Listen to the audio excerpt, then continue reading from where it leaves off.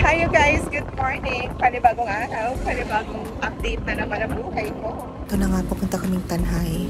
Dadaanan mo ang Amlan bago ang Tanhay.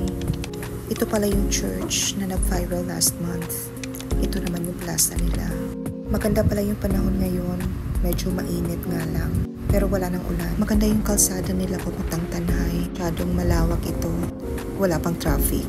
Ito na nga, dumating na kami. Ang init mga mare.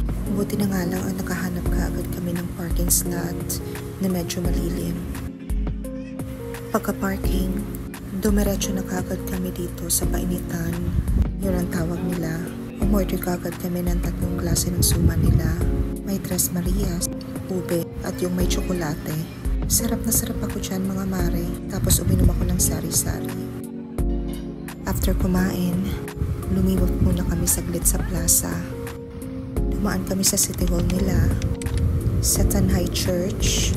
444 years na pala ang church na ito mga mare. It has been established in 1580. Yun nyo, ang tagal na. Pero hanggang ngayon nakatayo pa rin siya. Ang ganda din ng plaza nila, malinis. At ayan, Hagardo Versosa na ang lola nyo sa sobrang init. Pero ayos lang yan, pauwi na naman kami. Maraming salamat pala sa inyong panonood. Paano ba yan? Bukas na naman ulit.